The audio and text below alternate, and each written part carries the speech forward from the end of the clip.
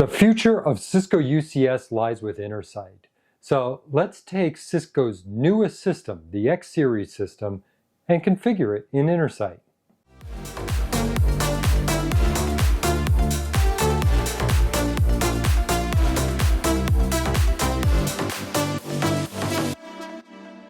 Hi, my name is Rich and welcome to the Rich Tech Guide channel.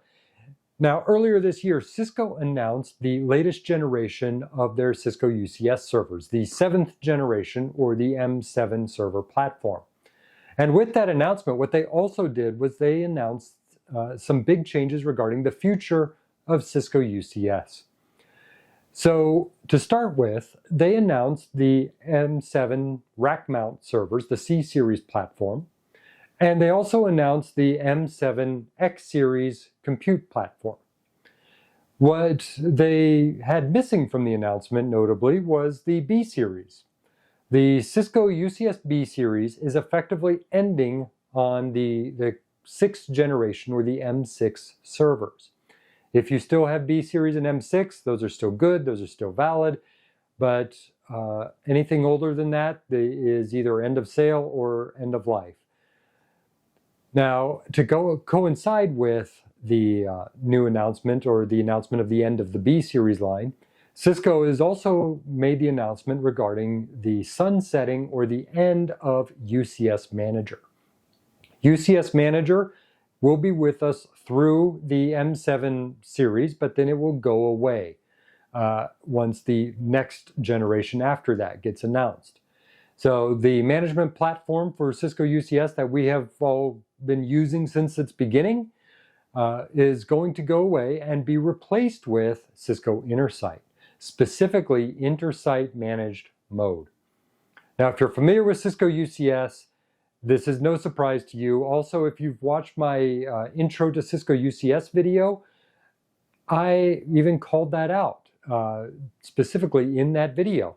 Now, initially, at the time of launch and even up until now, there has been UCS Manager, which was the management software installed directly on the Fabric interconnects to allow you to manage your UCS environment. But that's going away. Now, what's replacing this is Intersight. So if you haven't seen that video, I'll link it up above and down below. If you're new to Cisco UCS, go ahead and watch that. All right, so what is new though is we now know the end of UCS Manager. So everything going forward must be done through Intersight, and specifically Intersight Managed Mode.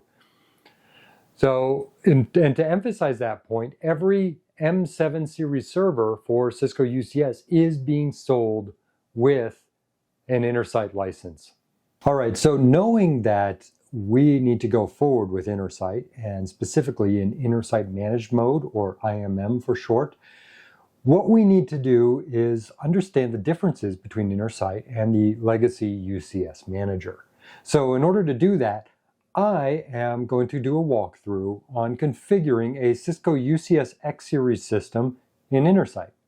But before we get started with that, if you like this content, go ahead and hit that like button down below. And if you're not subscribed to this channel, go ahead and hit that subscribe button too. All right, let's get into this. All right, so we are in Intersight and I'm on the infrastructure service dashboard. So you can have a main dashboard, you can go into your system. This would be where you handle your licensing, claim new devices, and so on and so forth. The devices are already claimed. That's something that with the environment I have available to me here, I'm not able to walk through claiming devices. But here in the infrastructure service on the dashboard, Fabric Interconnect Health Summary, it says 2 healthy Fabric Interconnects, no servers listed at this time. But let's go into the Fabric Interconnects, and here's our listing of 2 Fabric Interconnects. So if I can go on to, this is Fabric Interconnect A, and if I back out, we can go over to Fabric Interconnect B. So, you know, this is very similar to UCS Manager. It's just sort of a different layout and a slightly different way of doing things. Now, as I mentioned in my previous UCS video about the 3 Ps of UCS, pools, policies, and profiles. And then there's also the magic easy button, the templates. So what the big change about Cisco Intersight is a lot of stuff has shifted into policies. Okay, in UCS Manager, things like creating vNIC templates, that's now a policy in Intersight Manage mode. So really, as we go through this, I'm just going to warn you straight up, there's going to be a lot of creating policies. So let's go into policies and let's have a look. All right. Now there's already a firmware policy applied here for this, but otherwise, let's take a look at creating a policy. And here we have all of these policies to create, and that's just for servers.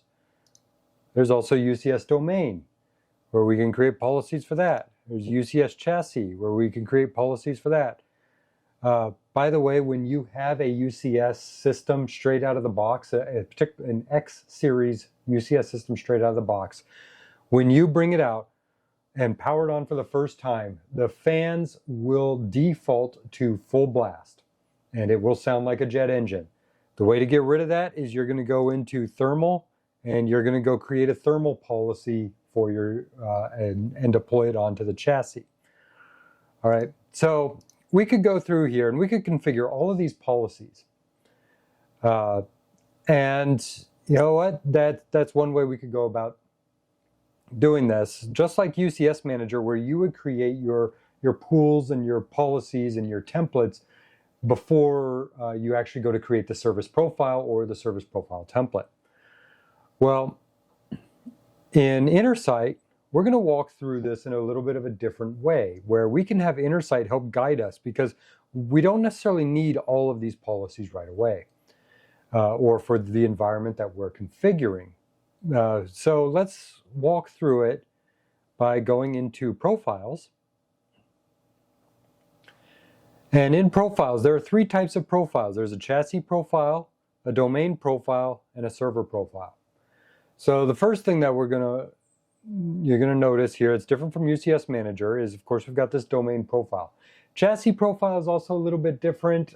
It's kind of like the between that and working with sort of the domain profile and the chassis profile. It's kind of like working on the equipment tab of UCS Manager. So we'll go into the domain profile. This is actually the first thing we've got to create here, because as we noticed back in the dashboard, we saw the fabric interconnects, but we didn't see anything else. So what we need to do here first is create a UCS domain profile. And it's going to give us a little splash screen if we're in a main system that we want to be able to just deploy multiple UCS domains. We can check don't show this page again, but otherwise, this is a lab setup that I have access to, and so I'm just going to work with that. So we're going to go ahead and create our domain profile. Let's be super creative and just call it a domain profile. All right, and you know, let's add a number in case later on we were to make another domain profile. Okay, we define the organization. You've got the same hierarchical organization that you had in UCS Manager. And you know, you can do tags, description, all that fun stuff. We'll go ahead and click Next. And I can choose to assign it upon creation of the domain profile, or I can choose to assign later. I'm going to select Assign Now, and I'm going to select this pod of the Fabric Interconnects. It's indicating Fabric Interconnect A, Fabric Interconnect B. We've got 6454 Fabric Interconnects here. And let's say Next. All right, now here we have our VLAN and vSAN configuration. In the old UCS Manager, this would be our LAN tab and our SAN tab, and we would just go through and configure out what we wanted. But here, notice it says Select Policy. We need a policy for this. So we're going to go to Policies, and I haven't created a VLAN configuration policy. But what is great about this, whereas as opposed to UCS Manager, if you didn't have the policy created, you kind of had to back out and then go create the policy and then go back into your profile configuration, is I can just click Create New. and this will bring me into the Create VLAN profile, or policy here. So let's, we'll make a VLAN policy. And again, we'll define it as 01. All right. I've got a few VLANs I need to assign into this environment, so I'm going to go ahead and do that. So in order to do this, I need to add VLANs. All right.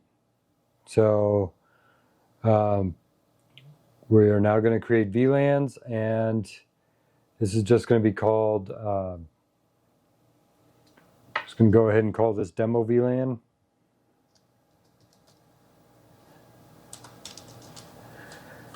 All right, and the VLAN IDs I'm going to go ahead and give it are, this is just for this environment. As I said, this is a lab setup, so your VLANs will of course differ. You can also adjust whether you want them to auto allow them on your Fabric Interconnect uplinks, VLAN sharing. Next thing we have to do, notice there's a little star here on Multicast Policy, and my Add button is grayed out, or not really grayed out, but just sort of dimmed. So I need to go to Select Policy, and again, we're going to create a new policy. So this is our Multicast Policy, and we'll give it the super creative name of Multicast Policy. Okay, and next. And I'm just going to go ahead and leave the defaults, but I need some policy there, even if it's a default policy. This is again different from UCS managed mode, where the defaults are simply there and you go and change them if you want. And now you actually have to create a policy of the defaults, or defining it out as you want it. I've created the multicast policy, and we are going to click Add now that that is available to us. And look at that, all the VLANs just got created. Okay. If I want to, I can check this box to set a native VLAN and define what that is, or I can just go ahead and leave that blank. Okay, and this is all based off of your configuration needs. So we're going to go ahead and create the VLAN policy. We've created it, we've selected it. Now this particular environment, I don't need to do vSANs, but if I did, I would go in here, select policy, I create a new vSAN policy where I would define the vSAN, any vSANs that I'm using, and then I would also define what VLAN to associate the vSANs to, the FCOE VLAN ID, and so on and so forth. But let's continue on. Now that's Fabric Interconnect B, or A. I've got the VLAN policy configured. I've got to do the same for VLAN B, or Fabric Interconnect B. Great thing here is I've already created this policy, so I can just go ahead and attach it, because the VLANs are going to be the same across both of my Fabric Interconnects. And in 99% of UCS deployments, VLANs are going to be the same across both Fabric Interconnects. There might be some very rare instances out there where there are some differences. But in this particular, but in the vast, overwhelming majority, the VLANs will be the same. So I just apply the same policy to both, and next. Now we have the ports configured. This is similar to going to the Fabric Interconnects on the Equipment tab of UCS Manager. So again, I have to select a policy. I don't have a policy available, so I got to go create a policy. So this is going to be my port policy. And I need to define the switch model. Okay, 6454, 64108, 6536. This is because when we're defining the actual physical ports on the Fabric Interconnect, I do need to have the correct model that I'm working with. I'm of course working with a 6454. So let's go next. First thing, unified ports. Okay, if I wanted to set fiber channel ports, I can define those in groups of 4. UCS Manager lets you get a little bit more granular. I believe UCS Manager you could go down to 2, maybe 1. I don't remember off the top of my head, but I'm pretty sure you could define unified ports in groups of 2. Now it's groups of 4. All right, so I'm going to leave the slider all the way over here for no fiber channel ports. because I don't need to configure them. All right, so and then I'm going to go ahead and click Next. And now it's going to go to the other end of the Fabric Interconnect. I've got these breakout ports where if I had a breakout cable where, these are 4100 gig ports over here. If I wanted to take that 40 gig port, set it to a speed of 40 and break it out into 4 10 gig ports, I could. Or set it to a speed of 100 and break it out into 4 25 gig ports, I could do that. But I don't need to do that for this particular environment, so I am not going to. And I'm going to click Next again. And now we're on to our regular configuration ports. So I need to define server ports, which are the ports that are going to go to the chassis, and uplink ports, which is what is going to go up to my northbound switch. So first thing I'm going to do is for this instance, I've got ports 17 and 18 going to the UCS chassis. So I can select them here. You can also scroll down and just check the boxes here to set the ports as you want. Once you've got your port selected, of course, click Configure. And a current role is unconfigured. I am going to define those as server ports. If we look through the options, appliance is you're attaching a storage appliance. Ethernet uplink is you are going to a northbound switch. For Ethernet, FCOE uplink is you are going fiber channel over Ethernet to a FCOE capable switch. Server is of course to the chassis, and unconfigured means it has no configuration whatsoever. So the server here, putting up a little bit of a warning in case I happen to be connecting to a particular type of Nexus switch that I need to do a setting here on FCE. I'm going to go ahead and click Save, and those ports have now been configured. Now, this particular environment being a lab environment, I've got one port. Usually you might have more than one, you might run two. So I have one port going to the upstream switch. So I'm going to grab that port, which is port 48, click Configure, and that will be an Ethernet uplink port. Now notice something that just popped in here. Admin speed, FEC, some of these settings here. Notice, oddly enough, it doesn't give me the warning like it did last time, even though it did pertain to a Nexus switch. Then we can also define various policies, Ethernet network group policies, flow control policies, and link policies.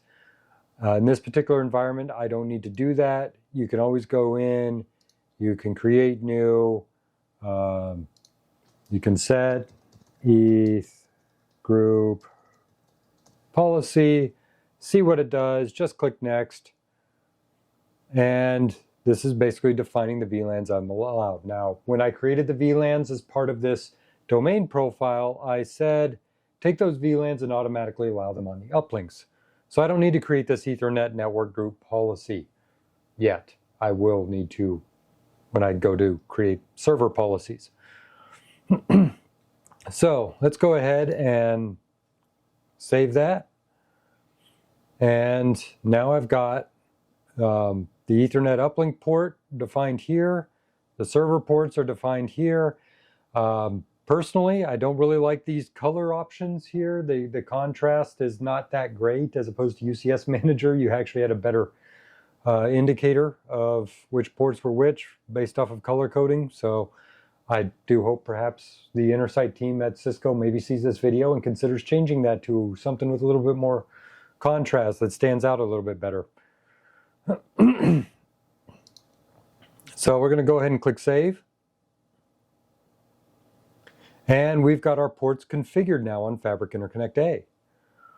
All right. Now Fabric Interconnect B, I've got to do the same thing. So again, 99% of UCS deployments, Fabric Interconnect A and Fabric Interconnect B are going to have the connections on them identical. Very rarely would you have something different. If you do, you have to go create a new port policy for that. Otherwise, I can just select the one I've already created and it gets applied to Fabric Interconnect B. We're good to go. So I can click Next. And now I have to go create some additional policies here. So first thing I need to do is I need to create an NTP policy. All right. And for that, I need to, once again, create a new policy. So NTP and policy. All right, we're going to go ahead and create that. And we do have NTP enabled. I need to set the NTP server that it's going to connect to. All right, so we're going to put an NTP server and then define the time zone. So this will, of course, be the time zone that you have your UCS servers in or that you want them to represent.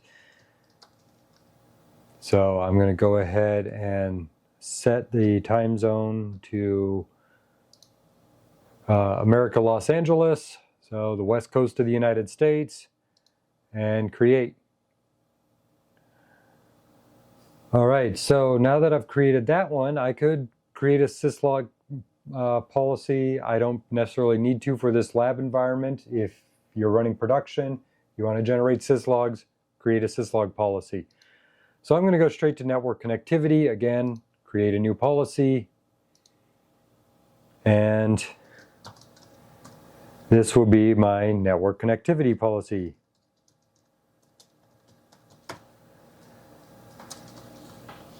All right, we're going to go into next. And basically, the network connectivity is what's your DNS server. So again, usually you would do 2 DNS servers. I'm only going to do 1 for this lab environment.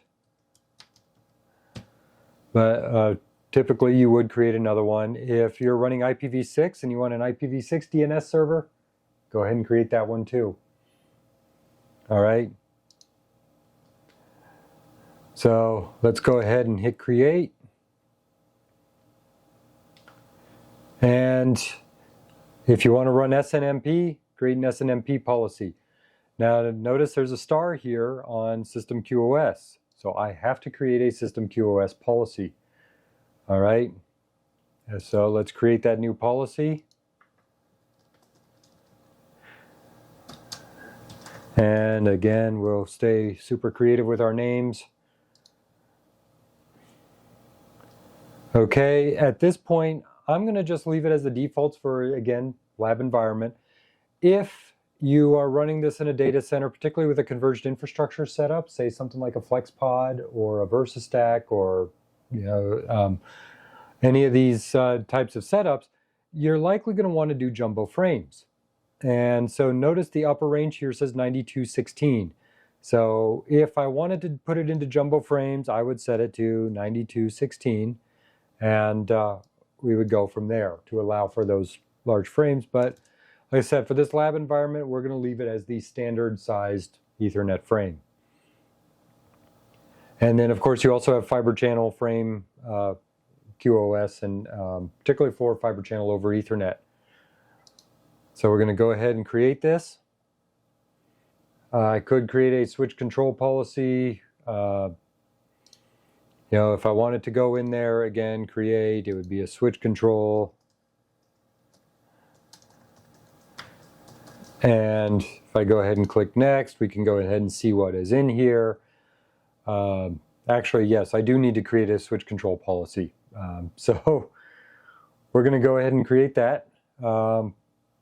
And that policy is, we're going to leave all the defaults. So if you're not familiar, particularly with UCS, end host mode is really the mode you want it to be in. Basically, the fabric interconnects, what they're going to do is any traffic that comes from the server interfaces, it's just going to put on the uplink interfaces and let the North Stream switch deal with it. Now, there is a caveat to that. It does keep track of the MAC addresses for other servers within its fabric interconnect domain. So if it has that, it's going to go ahead and route that. Otherwise, it's just going to throw it up to the upstream switch to deal with. If you wanted to actually carry out switching functions, you would do that. In my experience, I really have not seen a reason to do it on the Ethernet side. End host mode is really where it should be at for again, like 99% of UCS deployments. There might be some reason out there somebody will want to put fabric interconnects into switch mode. Maybe they don't have that upstream switch, so they want the fabric interconnect to handle switching processes. Fiber channel, on the other hand, is a little bit different. So fiber channel, this end host mode, if you're familiar with fiber channel, this is essentially NPV, or end port virtualized mode. And if this is the standard default for fabric interconnects, to where the upstream fiber channel or FCOE switch would then be in NPIV mode, end port interface virtualized mode. This is your, like I said, your standard UCS deployment. If you don't have an upstream fiber channel switch and you want to carry out fiber channel switching functions on the fabric interconnects, that's where you're going to have to put it into FC switched mode, and then you will even have to define your zoning inside of your UCS environment. All right, now there's also other defaults, other information here that we can set. You know, your reserved VLANs, VLAN port count, all that fun stuff. I'm going to just leave this as defaults. I want end host mode on both sides, and we're going to go ahead and create that. All right, so I've got these policies created as I want them. So I'm going to go to next. And now I got a summary where I can go through and I can take a look at everything and just make sure everything is exactly as I've configured it.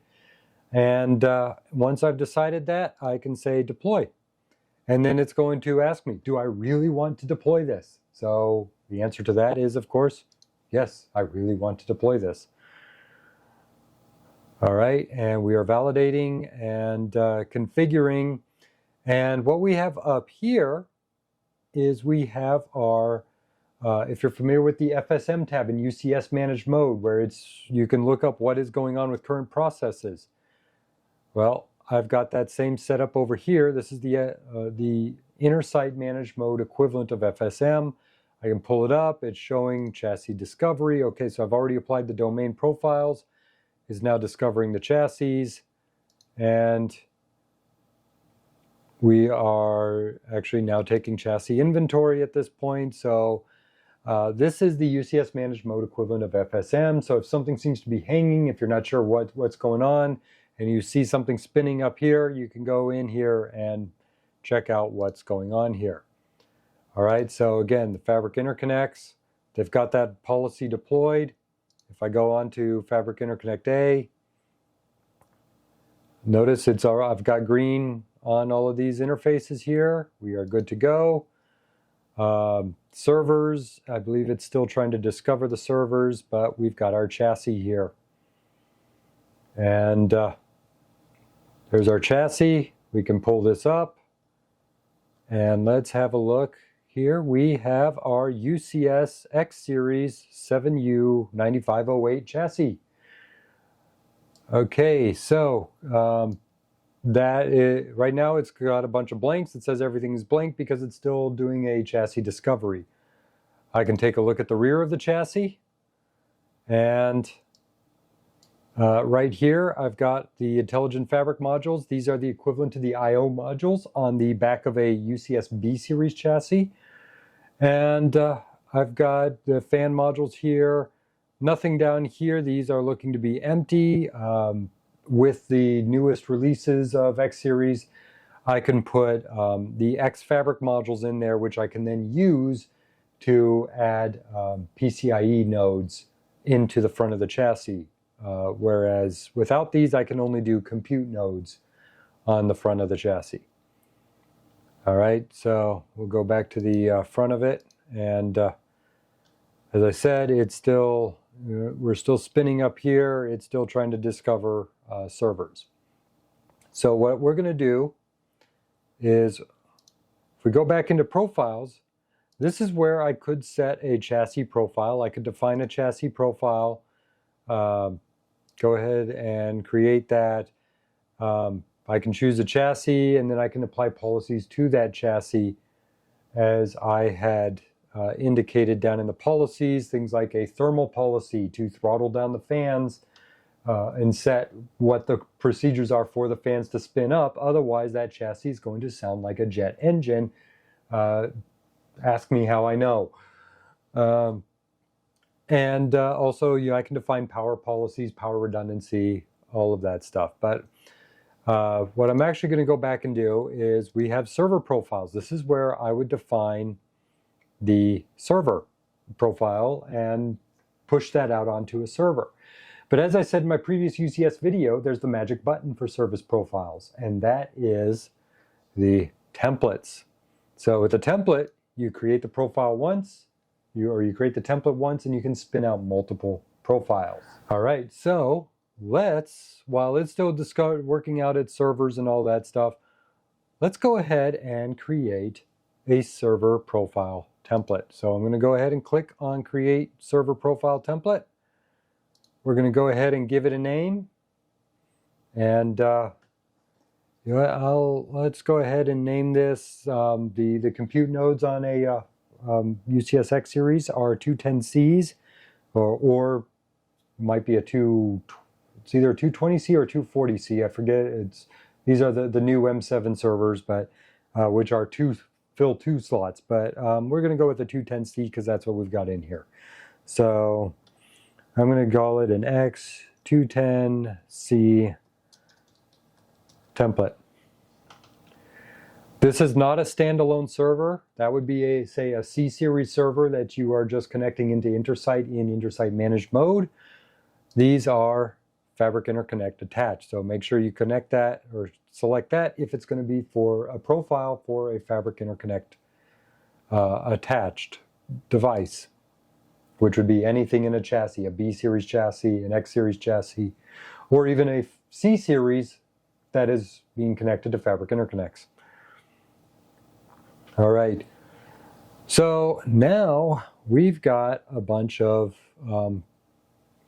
configurations here that we're going to do, and it's time to go into policy overload. So I'm not going to go through every policy. I'm going to hit the key ones that I've got for this environment, and I might highlight some that maybe aren't for this environment, but are still good to know about. First thing though is I need to go into the BIOS here, and this is how I would configure a BIOS. So I need to create a BIOS policy. All right. And in the BIOS policy, I need to go ahead and click Next and let it spin for a little bit. Sometimes it seems to take a while. You might even get a little bit of a notice saying that something is hanging from your browser perspective. Here we go. All right, so this is where I can go through and create all sorts of fun stuff with my BIOS policy configuration. Again, we're on UCS server Fabric Interconnect attached. There is one area that in my environment I do need to go into. Again, your environment may differ. Your setup may differ, so you're just going to have to go through and either read the documentation as to what all these are, or that would actually be the preferred method. But you could wing it and go check out all of these on your own just before you make any configuration changes. Know what you're doing. All right, so I am now going to just go and make a couple of updates on my I'm going to set that to balance performance for my energy performance and my CPU performance. We're going to go ahead and set that to enterprise. Again, this is just for the environment I have. Your environment may differ. I'm going to go ahead and click Create, and I have a BIOS policy. Now I need to create a boot order. Okay, so let's create a boot order policy. And, boot order policy. All right, we're gonna continue this creative process with our naming. Click Next. Okay, I can do the UEFI boot. That's recommended. There might be a reason you want to do a legacy BIOS style boot. Make sure this is for FI attached. And we're going to go ahead and add a boot device. I have a local disk, and that local disk is going to be given a name. And I'm going to name it local disk. All right.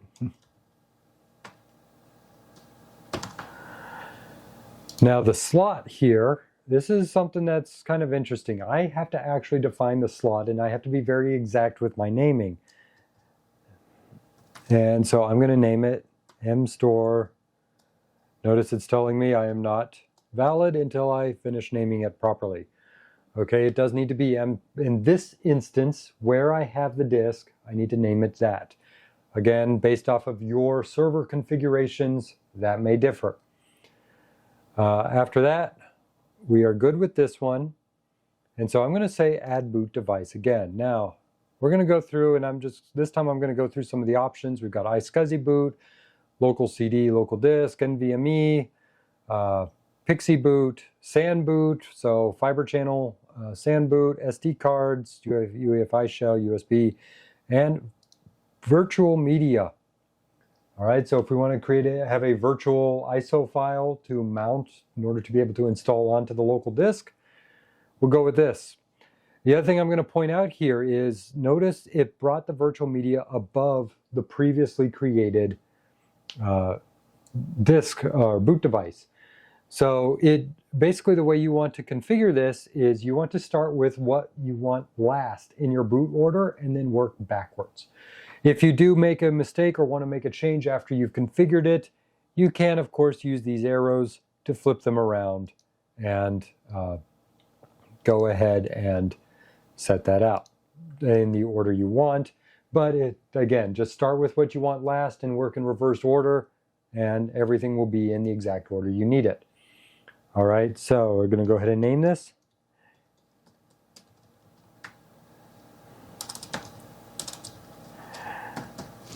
Okay, and for the subtype, we need to set this to KVM mapped DVD. All right. And now I've got these devices set. I'm going to go ahead and click create. I've got my boot order. I could go ahead and create a firmware policy. There is actually a firmware policy in here. So I can go ahead and just attach that. And then I have a power policy. So I could create the power policy. I actually, for this particular environment, I'm just going to go ahead and skip that. But if you want to define that, that is really more for a C-Series server. You want to define how the power is going to be set up, because on the X-Series, of course, the power is going to be defined at the chassis level. Same thing with B-Series if you're running any M6 B-Series in Intersight managed mode. So for virtual media, I did create a virtual KVM mapping in the boot order. So let's go ahead and create that virtual media. So we'll create a virtual media policy. All right. Stick with our naming convention. And you know, what I'm going to actually do here is I'm going to have to leave I'm just going to leave it as the defaults.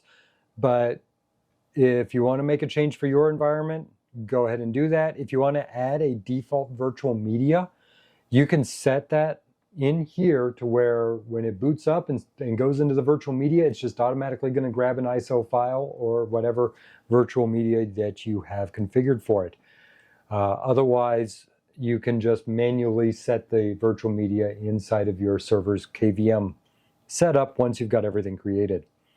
So I'm going to go ahead and hit create. And I've got a virtual media policy created. Oh, the other thing I needed to do, I have to create a UUID pool. So this is another area that differs from UCS Manager, where in UCS Manager, you would go just create the UUID pool. So this is very similar actually. But when you go into actually creating it, UCS managed mode for UCS would have a prefix kind of set up for you, and you would just define the suffix and the size. Here, I have to actually give it a UUID prefix. So for this environment, I've got one that I'm going to go ahead and create. But again, you would want to create something different for your own environment. All right, so I'm just going to go ahead and input this. And notice it's telling me this is not a valid prefix. Check tooltip for details. If you mouse over it, it gives you the format for it. It is, of course, a hex format and the numbering spacing for that.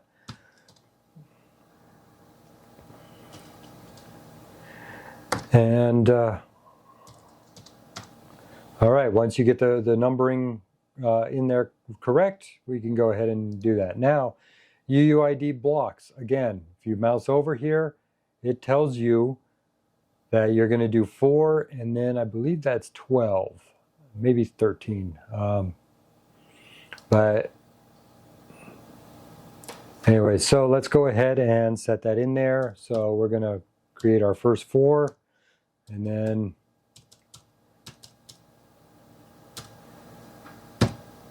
oops, I need one more 0. There we go. Okay, so we'll create that. Let's just go ahead and create a pool size of 128.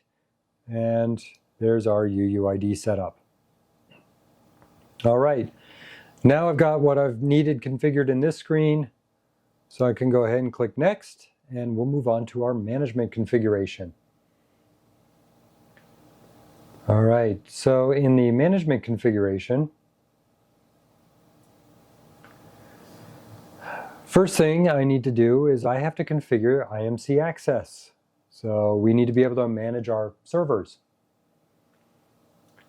And in order to do that, let's go ahead and create a policy. Once again, we're creating policies. So you will, as I said, I warned you at the beginning, policy overload in Intersight Manage mode. All right, so the Intersight management, or the inline management console here, and access policy. All right, we're going to go ahead and click Next. Make sure we're on UCS server FI attached. Okay, I created some VLANs way back when I did the domain policy. So one of those VLANs was 10, so I'm going to go ahead and assign it for this one. And then I need to go create an IP pool. So let's create an IP pool.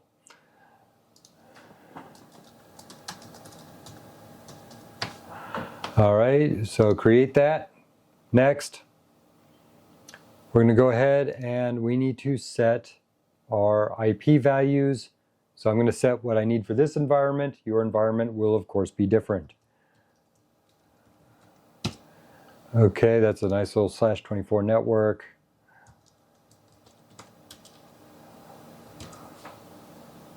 Okay, if you've watched some of my other videos, particularly about how to get access to Cisco Labs for free, you would recognize this IP address scheme. So if you haven't watched that, I'll link it up above. Go ahead and watch that. Maybe pause this, go ahead and watch that one. Again, the DNS, normally you would have 2 DNS servers. I'm just going to set one for this lab environment. Okay, and then I need to set a block of IP addresses.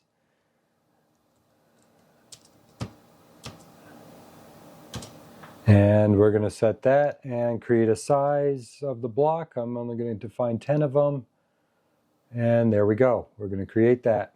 Now it's going to go to an IPv6 pool. If I wanted to create an IPv6 pool for managing the UCS, I could do that too.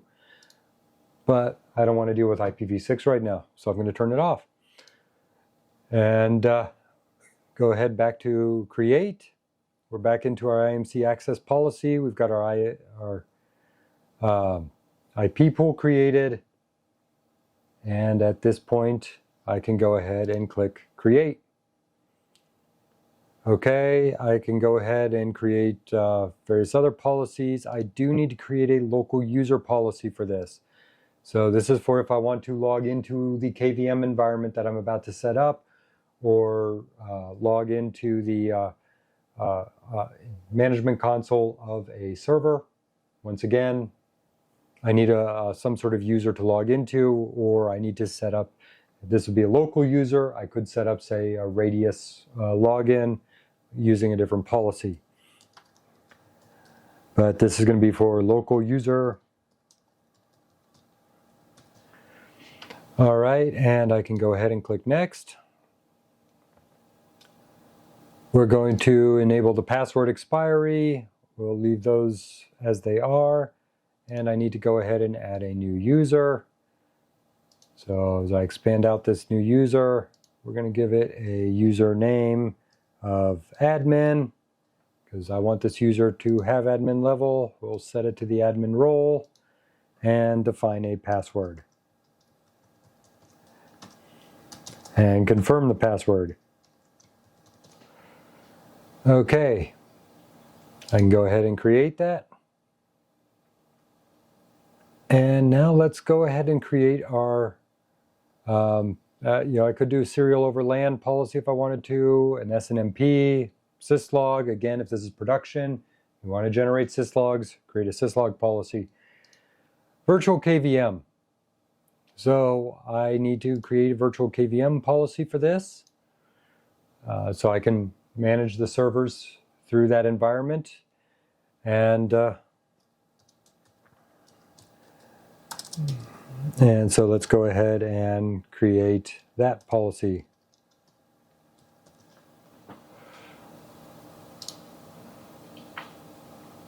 All right, I'm going to go ahead and leave this as the default. By the way, enable video encryption. This feature is being depreciated because it is going to be set as the standard.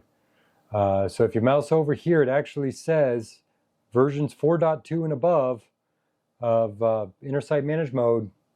This is going away. And so just go ahead and leave this active, but it's going to remain in the video encryption. It's going to remain on as the system, and you won't be able to change it in the future. I'm going to go ahead and create that.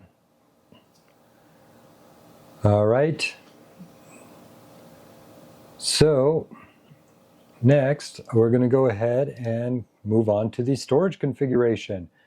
I can configure drive encryption, set up SD card policy, or what I do need to do is go into a storage policy.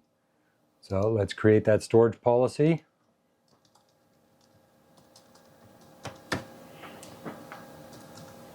And we're going to go ahead and hit next.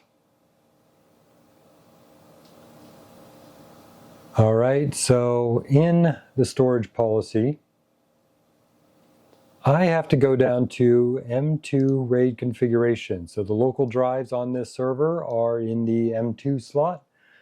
And notice mstore-RAID, when I configured the boot order, I had to set the local disk to where was it located. Well, here it is. So it's kind of odd that I had to do that before I have it over here. So this is just one of those little caveats about Intersight Managed Mode. So make sure you know where your local storage is if you're using local storage. Moving on, we're going to go ahead and create that. And now we are going to go into our network configuration. So here's our LAN connectivity. And we have to create a LAN connectivity policy. Go ahead and create a new one. And we're going to create a lot of policies within the policy on this one. I'm just going to warn you in advance.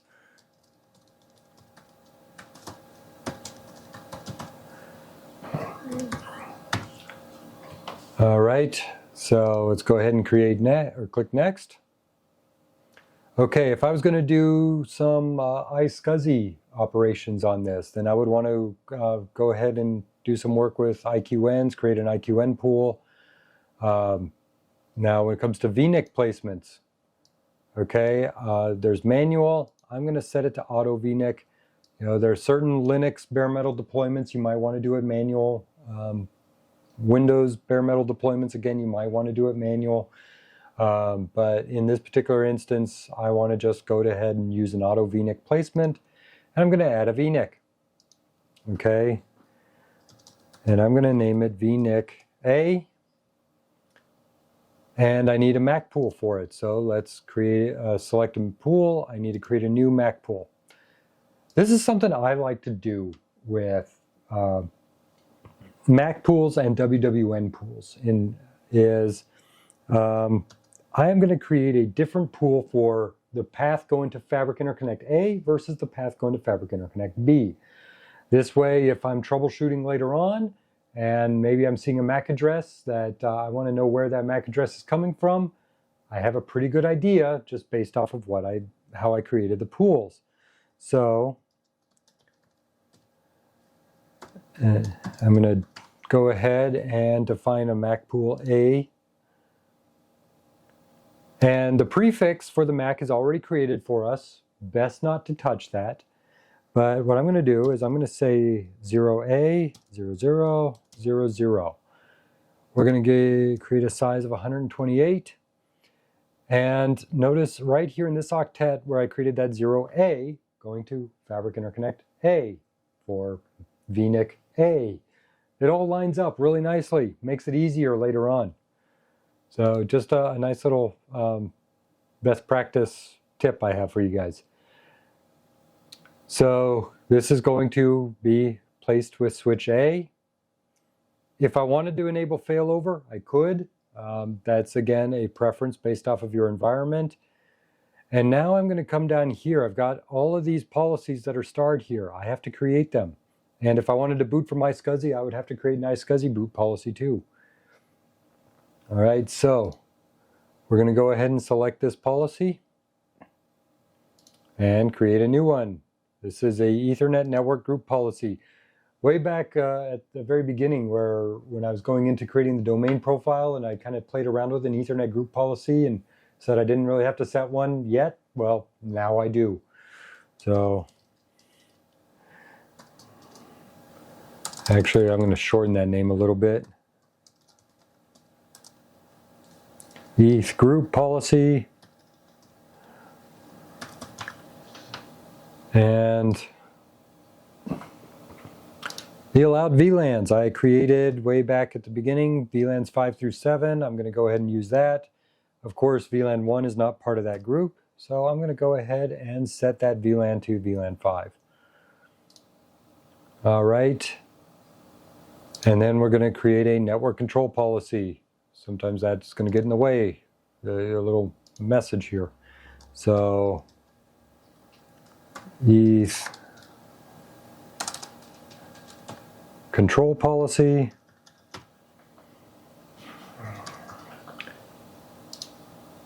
And by the way, if you're studying for any of the new data center CCNP level exams and any of that has to do with compute, you're probably going to be asked questions about all of this stuff. What does the Ethernet network control policy do? I'm just envisioning that's a question that could possibly show up. I don't know. I haven't really taken that test. But you know, just throwing that out there. Things to keep in mind if you're studying for a CCNP data center. So I'm going to enable CDP. I'm going to enable LLDP transmit and receive. There's my Ethernet network control policy.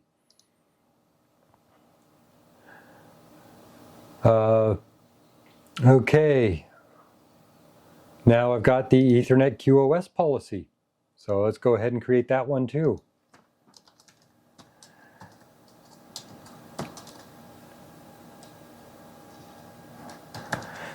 All right, and that is going to get named. And again, if I wanted to set jumbo frames here, I would put this at 9,000. If you guys want to go back and watch where I did the jumbo frame stuff before, I set it to 9216. But on here, it has 9,000 as the upper limit, whereas the QoS policy for the domain configuration, it was 92.16. Again, though, for this environment, I'm just going to go ahead and leave it at as the Ethernet default. But things to know, things to pay attention to. It does show what the upper range is if you want to do jumbo frames. Go ahead and create that. Let's create that Ethernet adapter policy. And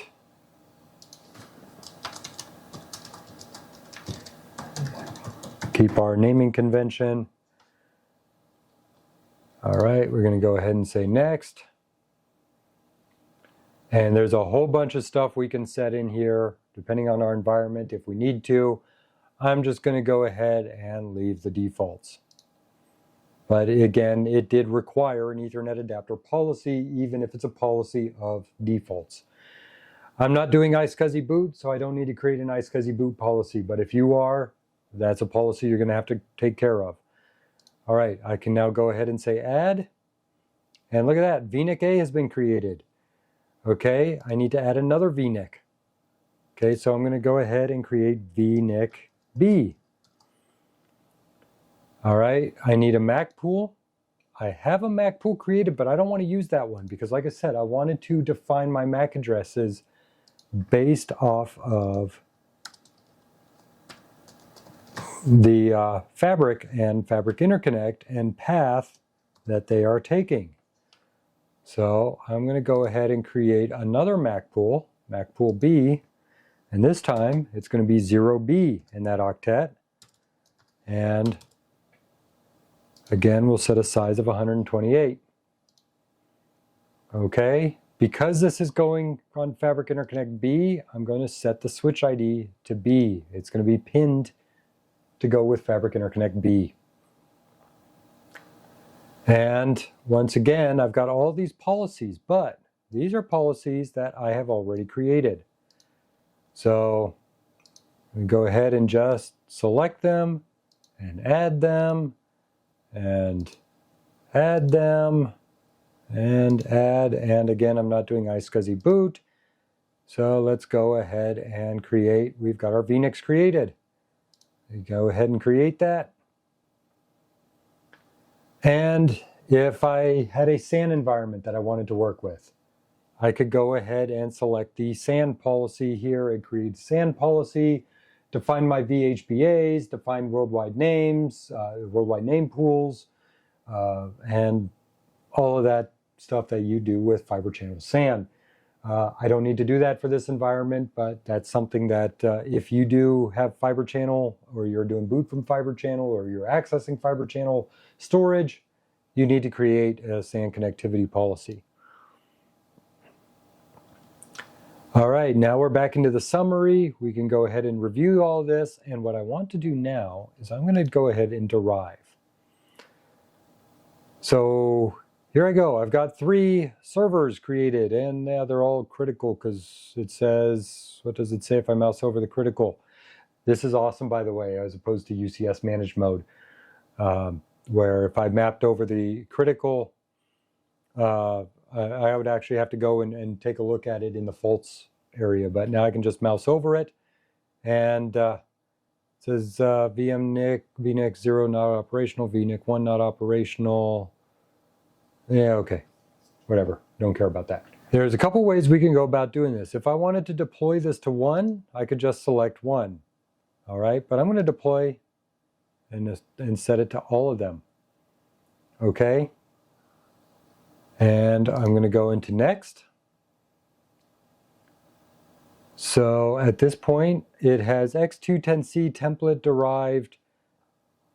I don't want to say that. I want to just say server dash. And here, it's already showing me what the names are going to look like. This is so much better than the UCS managed mode. Where UCS managed mode, you kind of had to do your prefix and hope you got it right, and then you saw your names later and realized you messed it up, and you either had to live with it or you just deleted what you created and had to spin off new templates or new profiles from the template. So here it's going to say what it is. I can also adjust the digits count, where right now it's just server 1, 2, 3. Maybe I have another chassis and I'm going to have more servers, so I can add an extra digit. I can start the index later on, so maybe I've already spun off some service profiles or server profiles from this. So definitely way better than the UCS managed. I really like the Derive tool in Intersight managed mode here. So we're going to go ahead and everything is set here. And I'm going to go ahead and derive my 3 profiles. All right, so I've got the template created. There's the usage, 3 of them. And let's go check out the servers and see what's going on with them.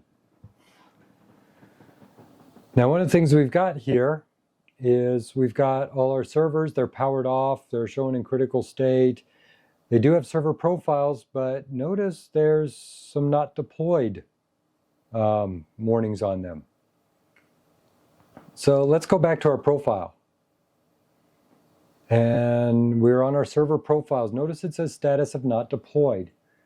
Let's go take a look as a reason why. What I could do is I could just select them individually and I could say deploy. Or I can go and select the name here, and on these 3 dots, as opposed to these 3 dots, is I can do this for all of them. So let's select deploy, and if I pull up more details, it says reboot is required. But if the policy configuration requires an immediate reboot and the option below is disabled, the deployment will not be initiated.